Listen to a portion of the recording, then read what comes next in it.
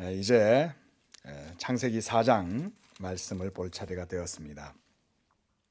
이제 3장에서는 인류가 범죄하여 이제 에덴에서부터 추방을 당해서 이제 그곳에 더 이상 에덴으로 들어갈 수가 없는 상황이 되었습니다.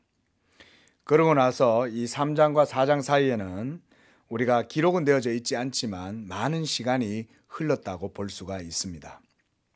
우리가 실제로 여기서 보는 가인과 아벨이 등장하고, 그리고 제일 마지막에는 이제 또 셋이 등장하죠. 그러면 이 아담과 하와 사이에서, 최초의 인류의 시조인 아담과 하와 사이에서 태어난 사람은 이 가인과 아벨과 셋, 이 세 사람뿐이냐?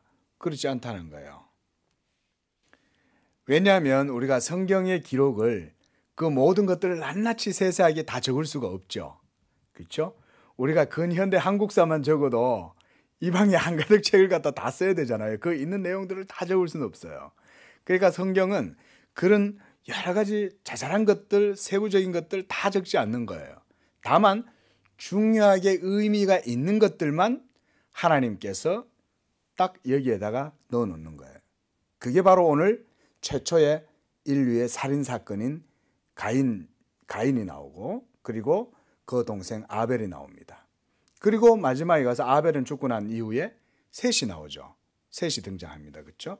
그러면 이것은 분명히 모세가 의도를 가지고 한 것이다, 이렇게 우리가 봐야 돼요. 그리고 그 사이에 여러 많은 사람들이 태어났다는 것을 우리가 추측해 볼 수 있는 거예요. 왜냐하면 그렇게 볼 때 그 속에 쭉 읽어보면 그 사이에 결코 여러 사람들이 없을 때 이런 말을 할 수가 없는 거예요. 그러니까 우리가 많은 것들을 다 기록할 수 없고 중요한 사건들만 여기에 기록되어져 있다는 것을 우리가 알 수가 있습니다.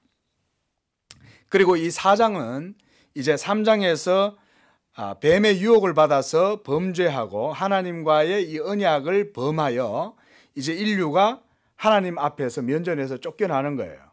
에덴 동산에서 쫓겨나는 거예요. 에덴 동산. 왜냐하면 이 에덴 동산에는 뭐가 있냐면 사람이 먹어서는 안 될 생명나무 실과가 있기 때문에 그래요. 그거는 죄를 범한 사람은 먹을 수가 없는 거예요, 이게. 그래서 우리가 지난주에 다른 말씀들을 하면서 이 말씀은 잘 안 봤는데 22절, 3장 22절을 한번 보십시오. 한번 읽어봅니다. 시작. 여호와 하나님이 이르시되 보라, 이 사람이 선악을 아는 일에 우리 중 하나같이 되었으니 그가 그의 손을 들어 생명나무의 열매도 따먹고 영생할까 하노라 하시고, 그러면서 24절에 어떻게 합니까? 이같이 하나님이 그 사람을 쫓아내시고 에덴 동산 동쪽에 그룹들과 두루 도는 불칼을 두어 생명나무의 길을 지키게 하셨다. 그러니까 죄인들이 하나님의 에덴에 함부로 침범하지 못하게 하시는 거예요. 그 전에 아담이 에덴에는 어떻게 갔어요? 혼자 찾아갔습니까? 하나님이 이 아담을 이끌어서 에덴으로 데려가죠. 그때는 아담이 죄가 없어요. 그러니까 이 아담과 하나님 사이에 언약을 맺기 위해서 이 언약의 장이라 그랬어요. 이 에덴 가든이. 이 에덴은 바로 그런 동산이에요. 그 특별한 장소입니다, 이 에덴이. 그런데 이제는 그 특별한 장소에 더 이상 있을 수 있는 자격이 없어요. 왜냐하면 범죄했기 때문에. 거룩성, 의를 상실했어요. 의, righteousness. 이 의를 상실했기 때문에 더 이상 거기에 있을 수가 없습니다. 그래서 이제 하나님 앞에서 쫓겨나서 이제 인류는 하나님을 떠나서 이제 살게 되는 것입니다. 그때 이제 4장의 출발이 아담이 그의 아내 하와와 동침해서 임신해서 가인을 낳았다, 이렇게 말하고 있습니다. 그래서 이때 이 가인의 이름을 이제 여호와로 말미암아 등남했다, 이 말로 이게 가니티라는 말에서 나왔어요. 그래서 가인이에요. 가니티라는 말에서 나와서 하나님께서 내게 아들을 주셨다는 의미에서 가인이라는 이름을 그에게 붙인 거예요. 자, 그런데 이제 쭉 읽어 나가다 보면 16절에 우리가 또 한 문단이 끝납니다. 이 16절에 새로운 문단이 시작되는데 여기 보니까 가인이 여호와 앞을 떠나버려요. 이 여호와 앞을 떠났다는 말은 뭐냐면 믿음의 길을 가지 않고 자기 스스로의 길을 따라서 개척해서 나갔다 이 말이에요. 좋은 말로. 나쁜 말로는 뭐예요? 하나님 없이 나 혼자 살아보겠다고 떠났다 이 말인 거예요. 그러면서 그가 한 것이 뭡니까? 에덴 동쪽 놋 땅에 거주했는데 그가 거기에서 17절 하반절에 그의 아들의 이름으로 성을 지어요. 그래서 그 성의 이름을 에녹이라고 지었어요. 에녹성. 이게 가인의 성이에요. 자, 성을 혼자 지을 수 있습니까? 없죠.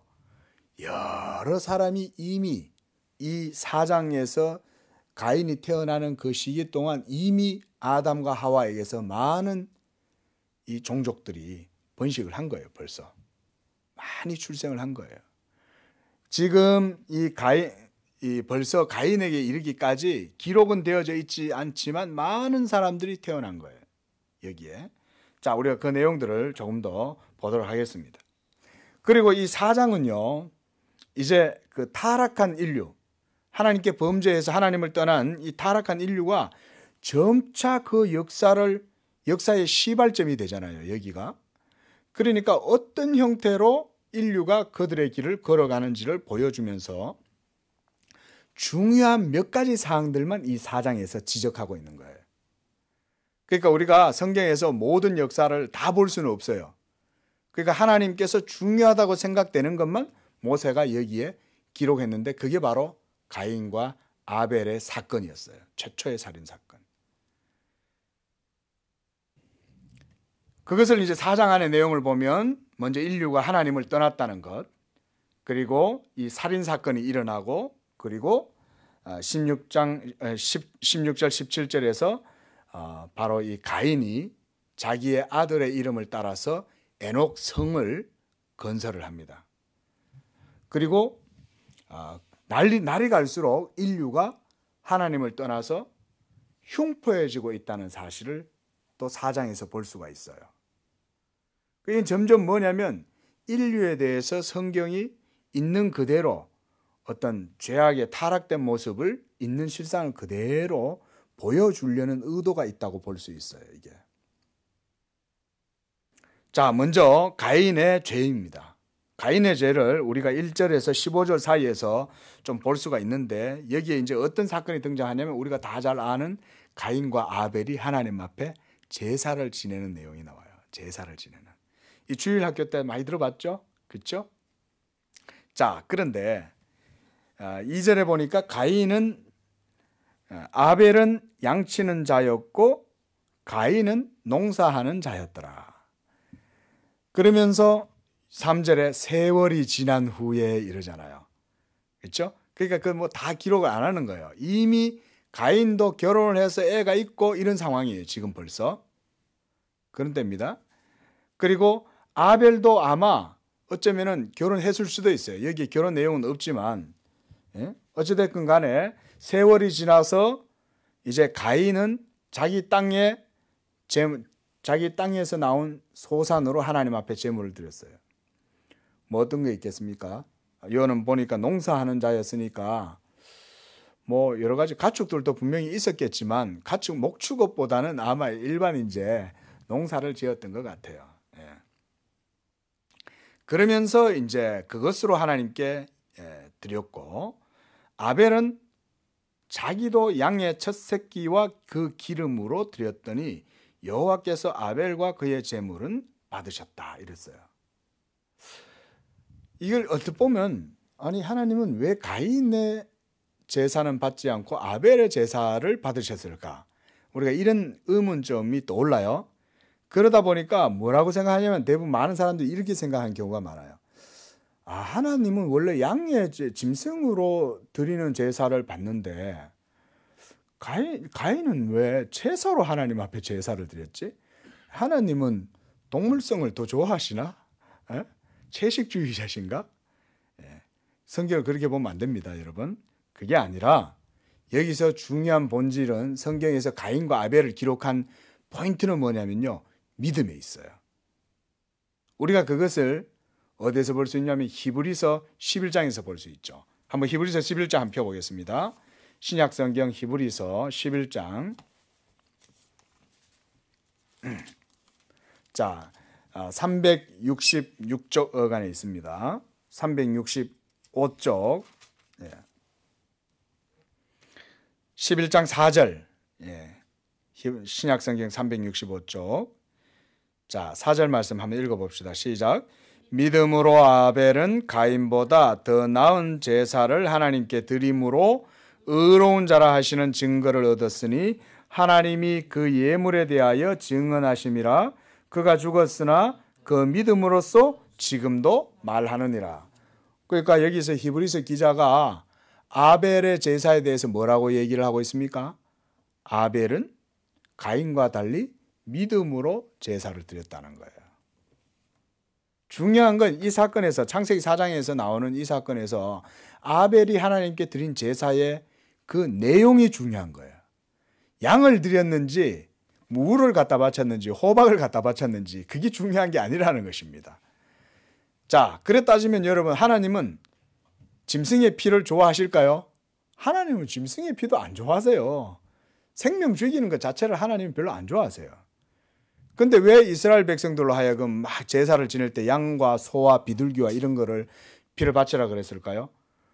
그거는 하나님이 그 짐승들의 피를 좋아해서 하시는 게 아니라 그 짐승들의 죽음을 통해서 누구를 보여주는 거예요? 우리의 죄를 대신해서 죽으시는 하나님의 어린 양이신 예수님을 보여주려고 그러는 거죠. 그러니까 해마다 수십만의 짐승들이 사람들의 죄 때문에 죽임을 당한 거예요. 하나님이 그걸 좋아하신다고 성경이 말씀하지 않아요. 하나님은 나는 짐승의 피와 그리고 짐승의 그 기름을 태운 그 연기가 싫다 이렇게 말하시는 거예요. 하나님이. 그런 걸 봤을 때 우리가 오늘 여기서 하나님은 아벨이 양을 드려가지고 그래서 하나님이 더 좋아하고 가인은 채소를 드렸기 때문에 싫어한다. 이거는 제가 볼 때는 고기를 좋아하는 이 육식주의자들이 주로 한 해석이지 않겠나. 지가 좋아하니까 하나님도 좋아하실 거라고 생각을 했는지. 그러나 5절 말씀에 보면 가인과 그의 재물은 받지 않았다 그랬어요. 여기에서 중요한 점이 나오죠. 뭐냐면 하나님은 가인과 그의 재물을 받지 않으신 거예요. 하나님은 아벨과 아벨의 제사를 받으신 거예요. 여기서 보면. 여기 한 4절 하반절 보세요. 아벨과 그의 제물은 받으신 거예요. 그렇죠? 아벨은 제물이에요? 제물 아니에요? 제물 아니잖아요. 그냥 아벨은 제물을 드린 사람인데 하나님은 그 제물만 받은 게 아니라 아벨과 그의 제물을 받고 그리고 5절에서 가인과 그의 제물은 받지 아니하셨다. 이게 참 여기서 이제 문제의 시발이 여기서부터 시작이 돼요. 근데 가인이 뭐라고 그래요? 가인이 몹시 분하여 안색이 변하여 그랬어요. 아니 자기가 딱 제사를 지내는데 보니까 하나님께서 아벨의 제사는 받는단 말이에요. 근데 자기가 드린 제물은 하나님이 연락을 안 하시는 거예요. 그러니까 이 가인이 분해서 안색이 변하는 거예요. 자, 여러분, 우리가 여기서 주의해서 봐야 될 점이 뭐냐면 가인이 왜 분노하고 왜 그의 안색이 변하였을까요? 이게 이 사건을 이해하는 실마리예요. 자, 6절에 그래서 하나님께서 가인에게 이렇게 말합니다. 가인아, 네가 왜 분해하고 네가 왜 안색이 변하냐? 너 왜 그래? 이렇게 하나님이 물으시는 거예요. 이때 하나님은 이미 다 아시죠? 왜 그러는지. 왜 그런지 아시면서 이렇게 물으시는 이유는 뭐냐면 가인 자신 스스로 돌아보라고 그러는 거예요. 너 왜 그래? 이럴 때 우리는 뭘 하겠습니까? 내가 왜 그러지 생각을 해봐야 될 거 아니에요. 하나님은 지금 그런 방식으로 이 가인한테 교훈을 주고 있는 거예요. 그런데도 가인은 하나님의 그 경고를 듣지 않죠. 7절에 이제 하나님은 이렇게 말합니다. 네가 선을 행하면 어찌 낯을 들지 못하겠느냐, 이렇게 말하는 거예요. 자, 여러분, 우리가요 세상 살면서 어떤 일들을 할 때 내 주변에 많은 이제 동료들이 있을 수 있어요. 그렇죠? 근데 동료든 친척이든 아니면 가족들이든, 근데 사촌이 땅을 샀어요. 근데 내 배가 아파요. 에? 자, 그럼 사촌이 잘못한 건가요? 내가 잘못하는 건가요? 상식이죠. 그거는 심보가 악한 내 자신이 문제죠. 왜 내 사촌이 땅을 샀는데 내 배가 아프냐 이거죠.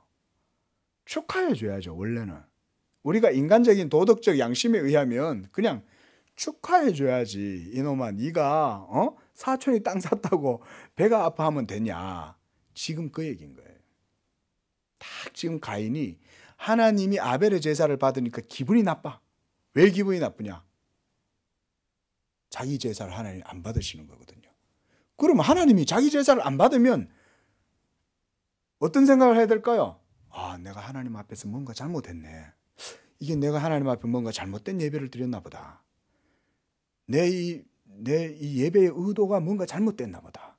나의 기도에 뭔가 동기가 잘못됐나 보다. 빨리 수정을 해야죠. 심지어 하나님이 그렇게 막 벌써 질타를 하고 있잖아요. 너 왜 화내?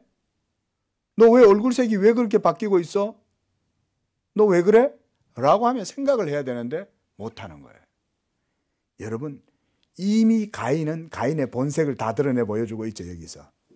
자, 믿음이 있는 사람은요, 하나님께서 여러분들의 기도에 응답하지 않으셔도 하나님을 믿기 때문에 그것조차도 응답이라고 생각해요.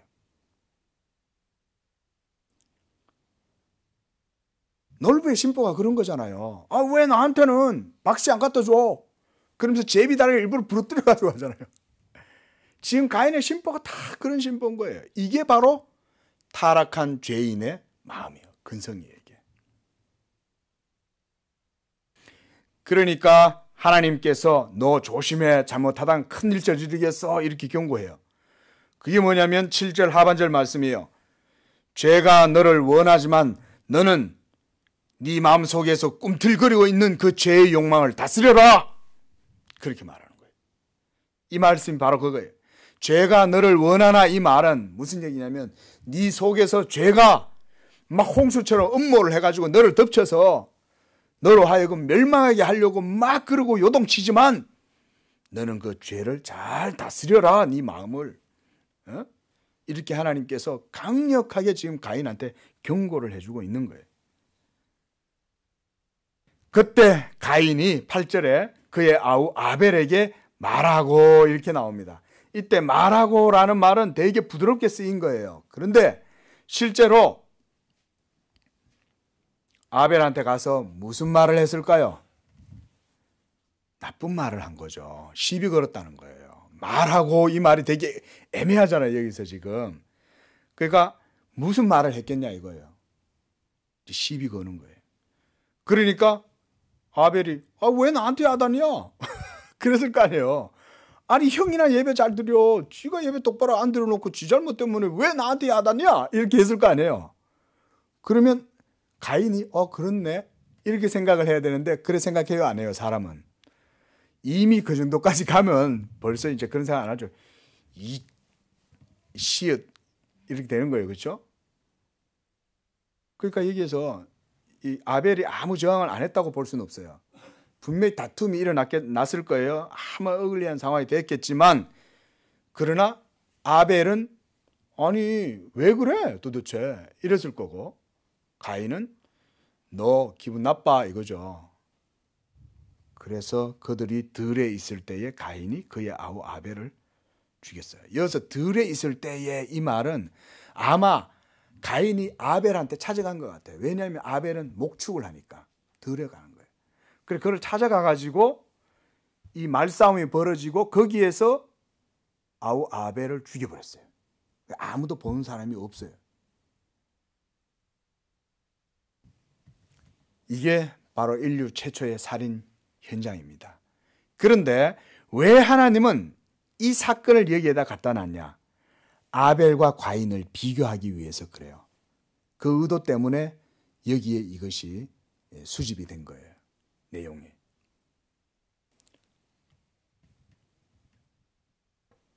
구절에서 하나님께서 가인아, 네 아우 아벨이 어디 있느냐? 하나님 이미 다 아시잖아요. 다 아시는데 이렇게 물어요. 그럼 뭔 일이 나겠습니까? 이 가인의 양심에 엄청난 가책이 생길 거 아니에요. 예? 그러니까 가인이 막 이제 양심이 막 엄청나게 떨리겠죠. 근데 이 가인은 하나님 앞에 변명합니다. 내가 나의 동생을 내가 지키는 자니까 이렇게 말하는 거예요. 내가 내 아우를 지키는 자니까. 10절에 이놈아 네가 무엇을 하였느냐 이러는 거예요. 10절에 하나님이. 예? 네가 무슨 짓을 했어? 네 아우의 핏소리가 땅에서부터 내 귀에 다 들리고 있다. 예? 너 도대체 무슨 짓을 한 거야? 그게 바로 10절입니다. 땅이 그 입을 벌려 네 손에서부터 너의 아우의 피를 받았은즉 네가 땅에서 저주를 받으리니 네가 밭을 갈아도 땅이 다시는 그 효력을 네게 주지 아니할 것이요 너는 땅에서 피하여 유리하는 자가 되리라. 이게 가인이 받은 저주예요.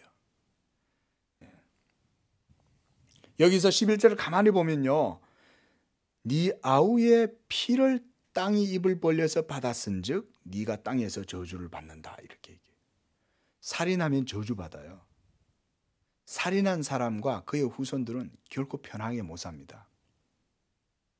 얘는 저주가 임하니까. 여러분 사람이 죽으면 자연 만물 하나님이 모든 세계를 다 관장하고 아시기 때문에 이런 일들을 여러분 하나님이 결코 눈 감고 가만히 계시지 않아요. 나중에 온 인류가 부활할 때 심판의 부활로 다 나올 때 온 우주적인 심판이 이루어질 때 아담도 그때 하나님 앞에 심판대로 나옵니다. 아담부터 시작해서 가인도 나오고요. 그리고 오늘 등장한 모든 사람들도 그리고 지금까지 있는 모든 사람들이 다 하나님의 심판대 앞에 다 나옵니다. 여러분 하나님이 그 심판하실 수 있는 능력이 있을까요? 없을까요? 온 우주 만물을 다 창조하신 분이 그 정도쯤이야. 바다의 모래알도 하나님은 다 세시는데 여러분 하나님은 바다의 모래 알갱이도 다 세세요. 그 정도로 하나님 앞에 아무것도 드러나지 않는 게 없습니다. 심지어 우리 성경은 그래서 뭐라고 말합니까? 우리의 머리털까지 다 세신받는다.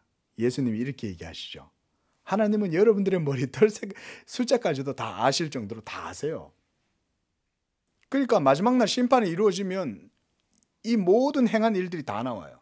그때 뭐라 그러냐면 땅에서 억울하게 죽음의 피를 흘리고 죽었던 그 모든 사람들을 땅이 다 도로 토해놔요.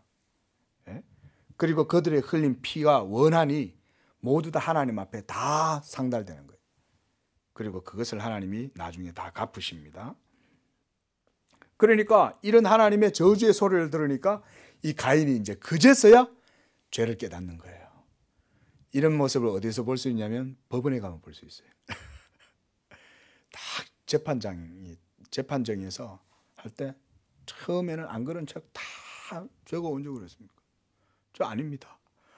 뭐 얼굴에 철판 깔고 다 그렇다 다 거짓말 치다가 나중에 결국은 모든 증거들을 다 들이대 가지고 딱 돼서 검사가 봐봐 네가 한 거 맞잖아. 그래서 완전 발을 뺄 수가 없을 정도가 되면 그제서야 이제 흐흐흐흐 울죠. 지금 가인이 딱 지금 그러고 있는 거예요. 그제서야 가인이 여호와께 아뢰되 내 죄벌이 너무나 무거우니이다. 너무나 무거우니이다.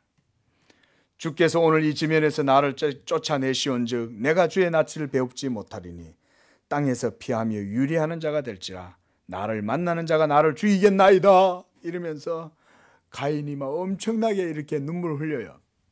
이게 회개의 기도다. 아니에요. 회개의 기도는 아니고 그냥 후회예요. 후회.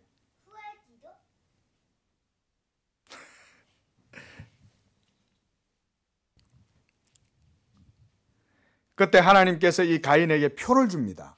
무슨 표를 주냐면 가인을 만나는 모든 사람에게 죽임을 면하게 하시니라, 이렇게 해요.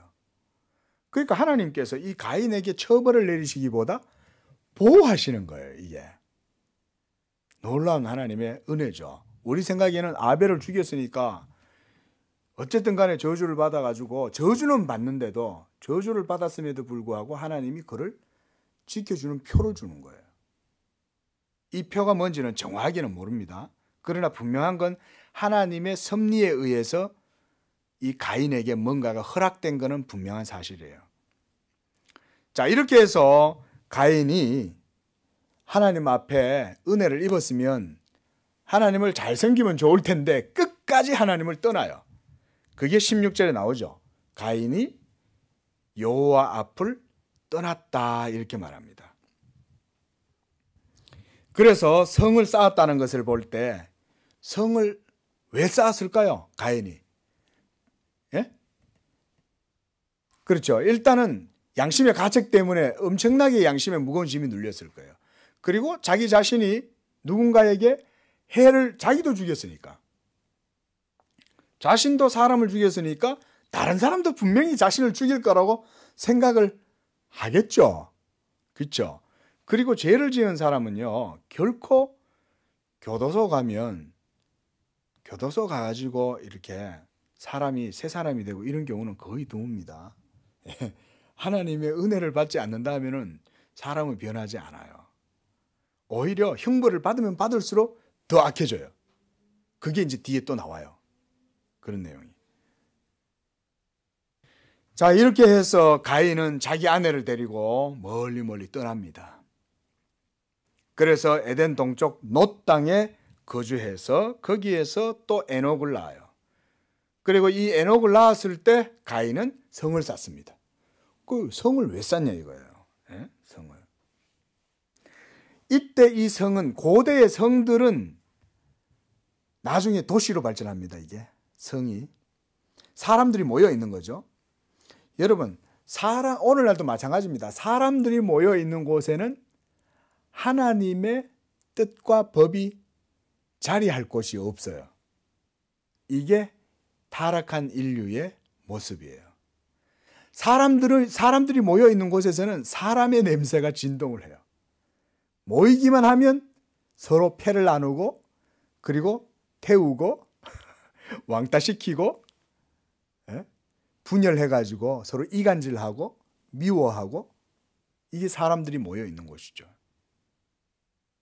그게 바로 도시의 출발입니다. 여러분, 이것이 최초의 도시입니다. 최초의 도시. 그 안에 얼마나 많은 사람들이 살았겠어요. 가인을 따라서, 또 가인의 자손들은 아니지만 또 아담에게서 난 다른 자손들하고 결혼한 사람들이 다 이렇게 딸려서 왔을 거 아니에요. 그래가지고 그 도시에서 성을 쌓고 가인을 중심으로 해서 도시를 일구고 사는 거예요.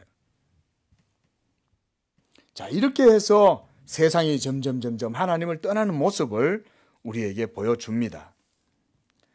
자, 이제 뒤로 가서요. 이제 19절에 라멕이라고 하는 사람이 나오고, 그리고 20절에 아다라는 사람, 그 다음 또 실라가 또 유발이 나오고, 그리고 실라가 나오고, 그리고 두발가인이 나오고, 이러면서 이건 뭐냐면요, 간단하게 기록한 인류 문명의 발전상을 보여주는 거예요. 문명의 발전을. 아주 간략하죠, 여기에. 그렇죠? 다 기록할 수 없어요. 4장에서 이렇게 해서 인류가 문화를 번성시키고 도시 문화를 일구어 나갔다, 이 말이에요. 예? 문화가 생기면 뭐가 있어야 됩니까? 술을 먹으면 뭐가 필요해요? 음주, 그 다음 뭐가 필요해요? 가무 필요하죠. 그렇죠? 예? 술을 먹고 난 다음에 이제 노래도 불러야 되니까 누가 필요해요? 이제 옆에서 이제 이 악기 뜯는 사람이 필요한 거죠. 피리 부는 사람도 있어야 됩니다. 문화라고 하는, 인류의 문화가 이런 식으로 성장한다, 이 말을 보여주는 것입니다. 그리고 가축을 치는 자의 조상이 되고, 수금과 유발이 바로 수금과 퉁소를 잡는 모든 자의 조상. 좀 좋은 말로 하면 이 오케스트라의 조상. 예. 오케스트라는 아니었겠죠. 그 어떤 음악 하는 분들을 제가 모욕하는 것 같아서 제가 그 말은 못 쓰겠어요. 예, 어쨌든 간에 오케스트라의 조상이 되었다. 굉장히 좋게 표현해 주는 거죠. 자, 그다음 두발가인은 뭐예요? 철기 문화. 우리가 저는 뭐 읽어보진 않았는데 그 유명한 책이 있잖아요. 세계적인 베스트셀러 총균쇠 있잖아요, 그렇죠? 쇠, 예? 이런 거. 저도 나중에 한번 읽어봐야 되는데. 자, 이 구리와 쇠로 만드는 기구를 만들었어요. 이 청동기 시대 아닙니다, 여러분. 그 뭐 세상에서 말하는 그런 시대, 뭐 말하자면 이제 철기 시대죠. 철기 시대이긴 한데. 그 세상에서 말하는 그런 뭐 세계 문화 인류사적인 그런 관점에서 말하는 건 아니에요. 자, 어쨌건 간에 구리와 청동이죠. 이거는 구리. 그다음에 쇠, 철기죠. 그 뭐 청동기와 철기가 이제 같이 이제 이루어지는 거죠. 이렇게 해서 여러 가지 기구를 만드는 두발가인이 나옵니다. 자, 이런 것들이 인류 문명 발전에 있어서 중요하죠. 그렇죠? 그리고 무엇보다 도시가 이루어지려면 이런 게 있어야 됩니다. 거대한 기중기를 만들려면 쇠가 필요할까요? 안 필요할까요? 쇠가 필요합니다. 나무로는 안 돼요. 예, 한계가 있어요. 그러니까 이 철기가 같이 돼가지고 나무를 쓰더라도 그렇죠. 그런 같이 있어야 도시에 축조설이 생길 거 아니에요. 큰 성을 세우려면 그렇죠. 예. 자, 이런 것들을 지금 보여주는 겁니다. 이거는. 그런데 여기서 이 도시의 나쁜 점이 여기서 나와요. 바로 23절이에요. 라멕이라는 사람. 이 사람은 한마디로 요즘 말로 하면 이건 뭐 좋은 말을 붙일 수가 없어. 한마디로 양아치 이 말이에요. 양아치 중에서도 상양아치. 아주 영화 여러분 그거 봤습니까? 그 하정우 나온 영화인가요? 그 상해 뭐 이런 거 있잖아요. 이제. 그 중국의 조폭들이 한국에 들어올 때 보면 그 사람 누구입니까? 그 최문식입니까? 그 유명한 영화 배우 있잖아요. 막 껌짝탁탁탁 씌우면서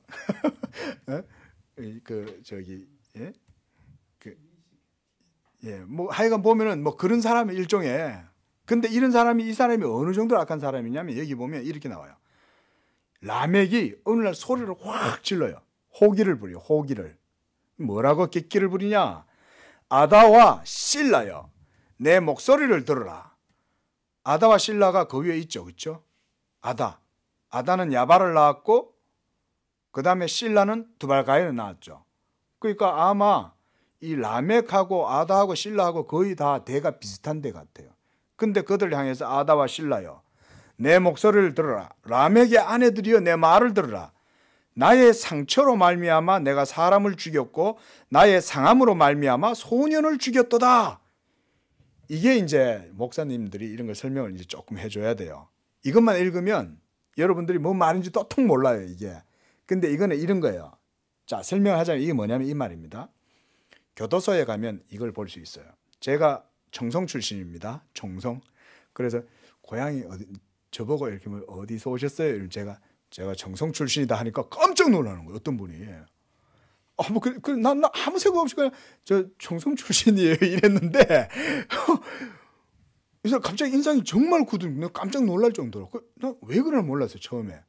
근데 알고 보니까 내가 청송 교도소 출신인 줄 알고.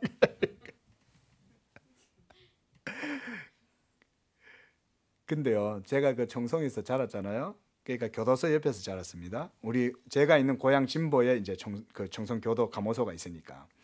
제가 중학교 때 그 교도소에 들락날락거리면서 이 얘기도 하면은 또 사람들이 오해해요. 중학교 때 벌써 교도소를 들어갔구나. 그래서 그게 아니고 우리 교회에서 이제 그 재소자들한테 이제 위로 공연을 가는 거예요. 그러니까 그들한테 이제 그리스도 복음을 전하고 이러면서 가가지고 이제 찬양도 하고 중학교 때 가서 이제 합창도 부르고 또 목사님이 또 가서 말씀도 전하고 이러면 이제 따라가는 거예요. 그때 이제 교도관들이 그 안에 많이 있으니까 교회에서 이제 교회 다니시는 이 집사님들 중에 교도관들이 계신 거예요. 이분들이 와서 얘기를 해줘요. 그 속에 어떤 일이 나는가. 오후에 우리 교회는 지금 19세 이하는 없으니까 이게 칼로 자기를 자해하는 거예요. 자해해가지고 자기 내장을 꺼내갖고 이 목에다 감아갖고 이러고 다니는 거예요. 끔찍하죠. 여러분 죄송합니다. 이 오후 시간에. 근데 라멕이 말하자면 지금 그런 사람인 거예요. 라멕이 흉포하기가 이를 데 없는 사람인 거예요. 내 창상을 인하여, 내 상함을 인하여 내가 이 객기를 발휘해가지고 오기를 부려서 내가 더 사람을 죽여버리겠다 이 말인 거예요. 그 교회 한번 보세요. 뭐라고 말해요? 나의 상처로 말미암아 내가 사람을 죽였고 나의 상함으로 말미암아 소년을 죽였다. 이렇게. 인정사정도 없는 거예요. 사람 죽이는 거는 완전히 진짜 살인마처럼 살인기계인 거예요, 이 사람은. 그러면서 겁이 없는 거예요. 어느 정도로? 창상을 인하여. 자기 몸에 상처가 나고 자기가 다쳐도 그까짓 거 아무것도 나쁘지 않아. 이런 식인 거예요, 지금 이 사람이. 지금 그 소리를 하고 있는 거예요. 그거를 아주 이렇게 압축해서 이런 식으로 지금 모세가 기록하고 있는 거예요. 결국 이건 뭘 보여주는 겁니까? 이것은 인간이 얼마나 타락하고 부패해서 이렇게 냉혈한으로까지 될 수 있는지를 보여주는 거예요. 여러분, 살인마가 이런 사람이 라멕이 살인마예요. 예? 그런데 살인을 해놓고도 어떻게 해요? 자랑치죠. 나 이만큼 죽였어 이러죠. 영화 같은 데 보면 그 인디언들, 아파주족들 이런 사람들 봐. 냉혈하잖아요. 엄청 잔인하잖아요. 사람 죽여서 사람 가죽까지 다 벗겨서 목은 전부 다 전리품으로 자기 자랑으로 다 끌고 다니잖아요. 목을 들고, 잘랐는 목을 들고. 이래가 그건 또 어떻게 해요? 전부 다 이렇게 나무마다 다 걸어놓죠. 예? 이게 인류가 이렇게 잔악한 거예요. 그 여러분, 우리가 이 성경의 관점으로 그런 것들을 안 보면 그냥 인간들이 그냥 그러나 보다 이렇게 생각하지, 그 자체가 다 하나님이 엄청 미워하시는 죄예요. 그러니까 이렇게 잔악한 종족들은 반드시 멸망을 당해요. 저 아마존의 이름 없는 부족이라도요, 잔악하게 악을 행하잖아요. 그러면 하나님이 그 생명들을 그냥 안 둬요. 반드시 징계하고 심판합니다. 왜냐하면 그들도 생명이거든요. 하나님이 그냥 안 놔두세요. 모든 이름 없는 미개한 족속 같아도 하나님은 모든 인간들의 범죄에 대해서는 반드시 심판합니다. 잔악한 민족들, 잔악한 황제들 하나님이 그냥 안 놔둬요. 반드시 심판합니다. 근데 이 라멕이 얼마나 잔악해졌는지 24절에 이렇게 말합니다. 가인을 위해서는 벌이 7배일진데 나 라멕은 벌이 77배야. 이걸 지금 자랑하고 있는 거지. 여러분, 잔인한 거 좋아하면 안 되죠, 그렇죠? 우리 성도들이야 뭐 당연히 안 그러지만 세상 사람들 보면 잔인한 거 좋아하는 사람도 있어요. 잔인한 거 좋아하는 사람 옆에 있으면 안 돼요. 하나님은 잔인한 걸 싫어하세요. 성경에서도 그렇게 말합니다. 이렇게 지금 라멕의 사악함이 가인보다 훨씬 더 진일보한 상태가 됐어요. 그래도 가인은 자기가 죄를 지어가지고 나 안 그랬어요. 그러다가 하나님이 너 그랬잖아 하니까 나 죽을 것 같아요. 하나님 나 어떡해요. 이렇게 울기라도 했죠. 근데 이 라멕은 어때요? 오히려 막 사람을 죽이고 와서 자기가 지금 상처 피가 흘리는 거야. 그 사람을 죽이고 싸워가지고 피를 흘리고 집에 돌아와가지고는 뭐라고 하냐면 막 이렇게 소리를 질러대는 거예요. 사람을 죽이고 와가지고 애를 죽이고 와놓고는. 그러놓고는 라멕의 아내들이여 아다와 실라여 나봐봐 이러는 거예요 지금. 그러면서 가인을 위해서는 벌이 7배라도 나를 위해서는 77배야. 이 말은 하나님이 안 무섭다는 거죠. 그렇죠? 하나님을 두려워함이 없다는 거예요. 잔인한 사람은 하나님을 두려워하지 않으니까 잔인한 거예요. 흉폭한 사람은 바로 그런 사람들이에요. 이렇게 인류가 하나님을 정말 떠나가고 있다는 것을 사장은 우리에게 보여줍니다. 그 대표적인 상징성이 바로 성입니다. 성, 도시예요. 여러분, 이 도시라는 걸 우리가 여러분들 나중에 좀 기회가 되면 도시에 관한 책들도 한번 보세요. 이 문학적인 그런 시선을 가지고 이 도시에 대해서 볼 수 있는 그런 게 있는데요. 이 도시는 사람들이 모여 사는 곳이고 거기에 온통 뭐예요? 사람의 인본주의적인 사고방식으로 똘똘 뭉쳐진 곳이죠. 도시가 움직이려면 그게 깨지면 안 돼요. 그죠? 도시의 질서가 움직이려면. 도시 속의 시장, 도시 속의 모든 자본의 움직임 이런 것들은 전부 다 인본주의적인 그게 이제 코어로 작동하는 거죠. 이게. 그게 도시입니다. 자, 그런데 이제 마지막으로 25절, 26절에 하나님은 그래도 그 가운데 일하신다는 것을 보여줍니다. 이게 사실은 4장에서 어쩌면 제일 중요한 거예요.